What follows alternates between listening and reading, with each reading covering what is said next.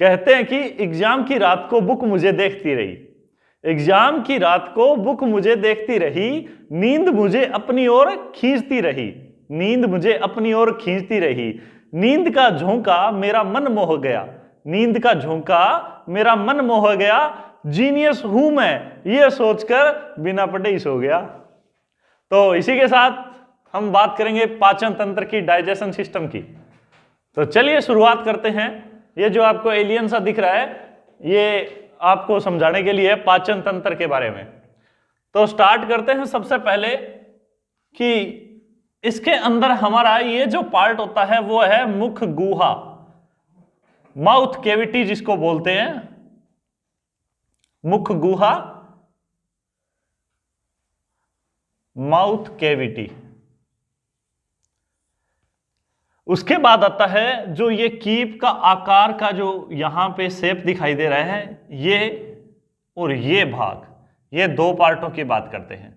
ये आपका जो ये भाग है ये क्या होता है, ग्रसनली, और दूसरा होता है ग्रासनली, ग्रसनी और ग्रासनली, इसको बोलते हैं फेरेक्स, और ये होता है इसोफेगस। ठीक है, ओ साइलेंट रहता है इसमें, इसोफेगस। और इन दोनों को ही मिलाकर के बोला जाता है ग्लेट। इसी चीज को दोनों को मिला करके ये पार्ट बनता है, ग्लेट बनता है।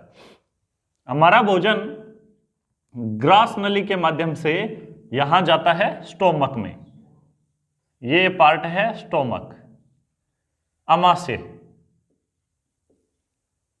भोजन अमाशय के अंदर जाता है यहां से।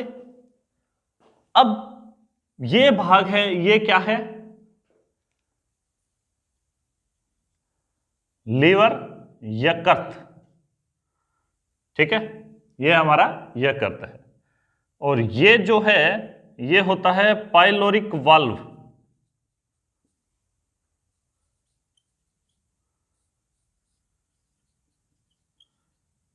ये होता है पाइलोरिक वाल्व। ठीक है, इसके बाद ये जो आपको दिखाई दे रहा है, ये जो बड़ी शेप का ट्यूब सा दिखाई दे रहा है, ये आपकी होती है बड़ी आंत, लार्ज इंटेस्टाइन।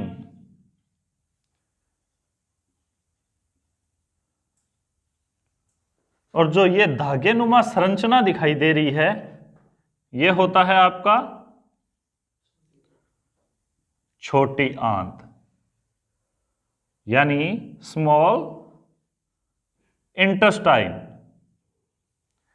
और जो ये आपको पार्ट दिखाई दे रहा है, ये भाग होता है सीकम। ठीक है, और जो ये पार्ट है इतना हाईलाइट किया हुआ, ये होता है रेक्टम, मलाशय।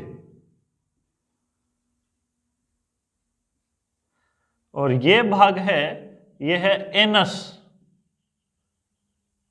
गुद्दा।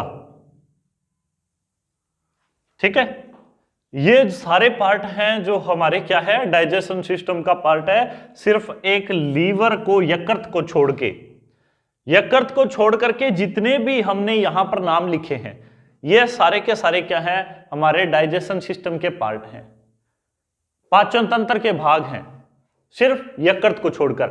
और ये याद रखना है, क्योंकि 4 ऑप्शन दे देगा, उनमें एक यकृत भी होगा। आपसे पूछेगा निम्न में से पाचन तंत्र का भाग कौन सा नहीं है, सिलेक्ट करना है आपको। या पूछेगा इनमें से कौन सा पाचन तंत्र का भाग है, तो आपको पता होना चाहिए। ठीक है, ये जो पार्ट है सारे के सारे, सबसे पहले हमारा भोजन कहां से, मुख के अंदर से प्रवेश करता है। ठीक है, कहां से, मुख के अंदर से, यहां से स्टार्टअप होता है। यहां भोजन गया, यहां पर हमारी एक चक्की है, चक्की जानते हो जो आटा पीसने के काम आती है, तो हमारे पास भी एक पर्सनल चक्की है जो बिना किसी इलेक्ट्रिसिटी के चलती है। बस बात यह है कि उसको ऑपरेट हम करते हैं। बत्तीसी जिसको बोलते हैं, बत्तीसी, बत्तीसी क्या होता है पता है, 32 दांतों का सेट, यानी जो 32 दांत होते हैं हमारे, उसके सेट को बत्तीसी बोलते हैं। और ये बत्तीसी चक्की का काम करती है। चक्की का मतलब अगर हम जो भी खाएंगे पिएंगे वो क्या करेगा, उसको बारीक टुकड़ों में पीसने का काम करेगा, दांत काम करेंगे। बारीक टुकड़ों में पीसेगा तो यहां से बिल्कुल लिक्विड पेस्ट बन जाएगा और उसके साथ क्या होगा, लार, सलाइवा। दांत के साथ लार मिलती है, जो दांत है और लार मिलकर के वो हमारे भोजन को एकदम लिक्विड पेस्ट बना देते हैं एकदम। क्योंकि आप देखते हो कि पेस्ट कब बनता है, जब उसमें लिक्विड हो। अब लिक्विड का काम करेगा लार, पीसेगा कौन, दांत। यहां से ये पेस्ट क्या करेगा, ये कीप नुमा आकृति आप देख रहे हो ना, ये कीप नुमा आकृति, ठीक है, ये यहां से क्या करेगा, ये प्रवेश करेगा अंदर। ग्रस नली, ग्रस नली एक कीप आकार होता है जो क्या करती है, भोजन को मुख गुहा से ग्रास नली तक पहुंचाने का काम करती है। ग्रास नली यानी एक पतली आकृति होती है जो क्या है, एक स्टोमक के साथ कनेक्शन में होती है और ये भोजन को आगे स्टोमक में पहुंचाने का काम करती है, ठीक है। और इस ग्रास नली के अंदर ये डॉट जो मैंने लगाया है, ये डॉट क्या होता है, म्यूकस ग्लैंड, म्यूकस ग्रंथि या ग्लैंड जिसको इंग्लिश में बोलते हैं, म्यूकस ग्लैंड, ठीक है। ये म्यूकस ग्रंथि होती है जो डॉट लगाया है। ये क्या काम करती है, ये भी यहां पर इस सरफेस पर जो हमारी ग्रास नली है उसकी सतह है उसको चिकना कर देती है, चिकना कर देगी, जिसकी वजह से क्या होगा, भोजन आसानी से ट्रांसफर हो जाता है, ठीक है। उसके अंदर कोई फ्रिक्शन या घर्षण नहीं लगता और भोजन यहां से इस पाइप के माध्यम से स्टोमक में आ जाता है। स्टोमक के अंदर भोजन आया, भोजन आने के बाद यहां पे क्या करता है, भोजन 3 से 4 घंटे तक रेस्ट करता है, ठीक है। यहां पर भोजन क्या है, 3 से 4 घंटे तक रहता है हमारे स्टोमक के अंदर। अब यहां रहेगा तो यहां क्या होगा, यहां क्या होगा भाई, यहां पर हमारी ग्रंथि, कौन सी ग्रंथि है, जठर ग्रंथि, जठर रस निकालती है जो, ठीक है, जठर रस निकालती है।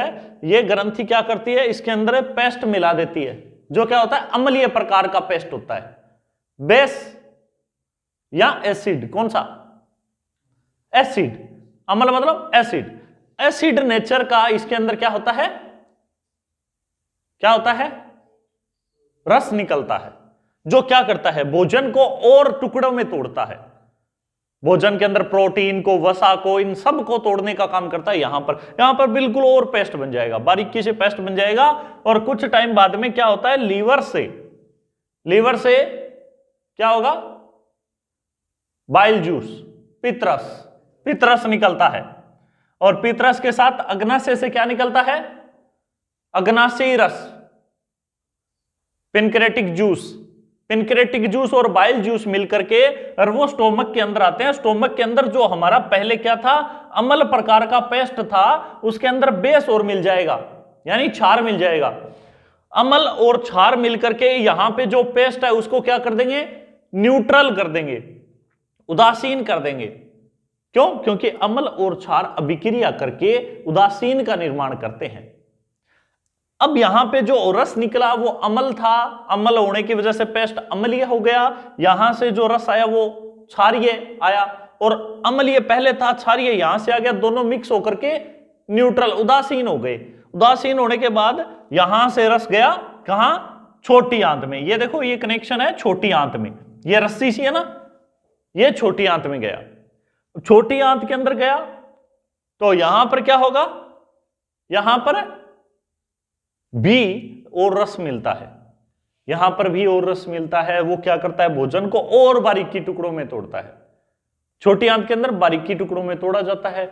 उसके बाद इसके अंदर एक ग्रंथि होती है जो क्या करती है, भोजन में मौजूद पोषक तत्वों का अवशोषण करने का काम करती है, वो छोटी आंत के अंदर ही होती है, ठीक है, छोटी आंत के अंदर ही होती है। विलाई ग्रंथि नाम का होता है, विलाई ग्रंथि जो क्या करती है, भोजन में मौजूद पोषक तत्वों का अवशोषण करती है। यहां से अवशोषण करने के बाद, और ये सिक्कम, सिक्कम क्या है, छोटी आंत और बड़ी आंत को जोड़ने का एक सॉकेट है, मीडिएटर है, छोटी आंत और बड़ी आंत को जोड़ने का माध्यम है।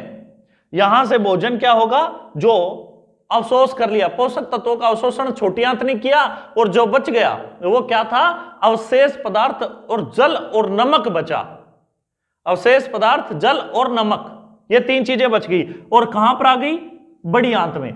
और बड़ी आंत का काम क्या है कि भोजन में मौजूद जो अवशेष है उनमें मौजूद जल और नमक का अवशोषण करना। जो ये छोटे छोटे आपको कोटर दिखाई दे रहे हैं, ठीक है, इनके अंदर क्या होगा, जल का अवशोषण और नमक का अवशोषण, और जो अवशेष बचा है वो यहां रेक्टम में जमा हो जाएगा, मलाशय में स्टोर हो जाएगा, और एनस गुदा के माध्यम से बाहर निकाल देंगे। ये प्रोसेस है, इतना इजी है कि पूछो मत, है ना। जैसे ही भूख लगी हमने खा लिया, बस बात खत्म। यह ऑटोमेटिक चलता रहता है, ये मशीन चलती रहती है। तो इसके अंदर क्या है, एक एक चीजों को बारीकी से पढ़ेंगे, बारीकी, जैसे हमने ये पढ़ा, अभी अभी पढ़ा, ये क्या है, ओवरव्यू है इसका। बारीकी से कैसे कि यहां पे जो लार निकलती है, लार की ग्रंथियां कौन सी होती है, हमारे जो दांत होते हैं 32, उनके अंदर कितने प्रकार के दांत होते हैं, यहां पे दांतों के बारे में डिटेल, कितने प्रकार के दांत है, कौन कौन से हैं, लार है कौन कौन सी है, कहां कहां से निकलती है, क्या क्या चीजें होती है लार के अंदर, फिर ग्रस नली और ग्रास नली, यहां पे इनका काम क्या क्या है, स्टोमक के अंदर जो रस निकला, जठर रस, वो कहां से निकला, गैस्ट्रिक ग्रंथि जो होती है, ठीक है, वहां से निकला, लेकिन उसके बारे में डिटेल पढ़ेंगे। उस रस के अंदर कौन कौन से एंजाइम पाए जाते हैं, एग्जाम्पल के तौर पर पेप्सिन, रेनिन, ठीक है, लाइपेज, HCl, ये सारे के सारे एंजाइम पाए जाते हैं, उनके बारे में डिटेल पढ़ेंगे, इनका काम क्या क्या होता है। फिर हम पढ़ेंगे पाइलोरिक वाल्व का क्या काम है, लीवर यकृत के बारे में पढ़ेंगे, थोड़ी स्टडी इसकी भी करेंगे, क्या काम करता है, बाइल जूस कहां से आता है, पित्रस, पिता से क्या होता है, इन चीजों के बारे में स्टडी होगी। फिर हम छोटी आंत की पढ़ेंगे, इसकी लंबाई कितनी है, इसके अंदर कौन सी ऐसी ग्रंथि है जो रस निकालती है, ऐसी कौन सी ग्रंथि है जो पोषक तत्वों का अवशोषण करती है, उसके बाद इसके अंदर कौन कौन से एंजाइम निकलेंगे। फिर यहां सिक्कम, सिक्कम क्या काम करती है, छोटी और बड़ी आंत को जोड़ने का काम करती है। उसके बाद कि बड़ी आंत का काम क्या है, जल और नमक का अवशोषण, और जो अवशेष बच गया वो कहां जाएगा, मलाशय में, और एनस गुदा के माध्यम से बाहर निकालेंगे। ये जो जितने भी क्वेश्चन हमने अभी पुट किए, इन सब के जवाब आपको मिलेंगे अपने नेक्स्ट वीडियो में। ये सारी स्टडी करेंगे, हम एक एक चीज को लेके चलेंगे। मुख गुहा से स्टार्ट करेंगे, थोड़े से क्वेश्चन अभी कर लेते हैं। मुख गुहा के क्या होता है, आहार नाल से रिलेटेड बात करते हैं। आहार नाल, आहार नाल कहते किसे हैं, सबसे पहला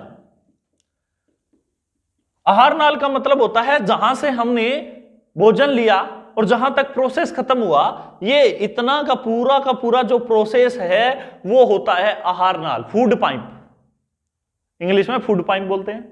इसका लेंथ कितना होता है, लंबाई कितना होता है, 33 फीट के तकरीबन आहार नाल की लंबाई होती है। कितना होता है, लगभग 33 फीट।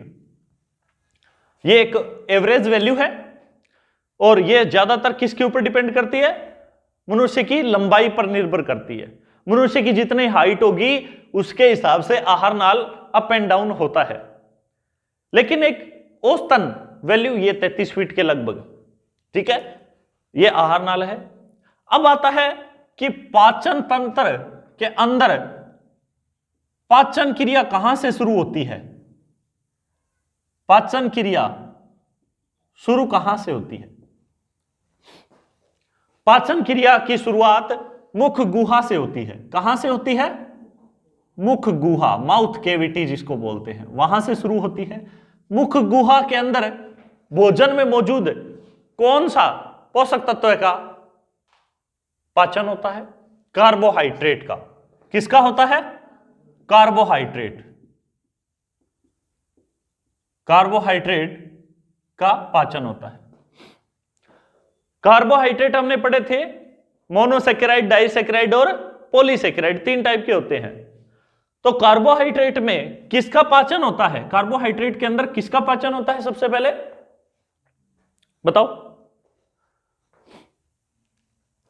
लार के साथ मिलकर के किसका पाचन होता है, स्टार्च में बदलता है, कौन बदलता है? हाँ? कार्बोहाइड्रेट बताओ स्टार्च में बदलता है, ठीक है, और किसके साथ मिलकर के? लार के साथ मिलकर के। कार्बोहाइड्रेट लार के साथ मिलकर के किस में कन्वर्ट हो जाता है? स्टार्च में कन्वर्ट हो जाता है। तो इस तरह से हम पूरी एक एक चीज की डिटेल पढ़ेंगे, ठीक है। तो ये डायग्राम नोट कर लीजिए, दिमाग में फीड कर लीजिए, इससे रिलेटेड बातें हम करेंगे नेक्स्ट लेक्चर में। आज के लिए इतना ही। Thank you so much.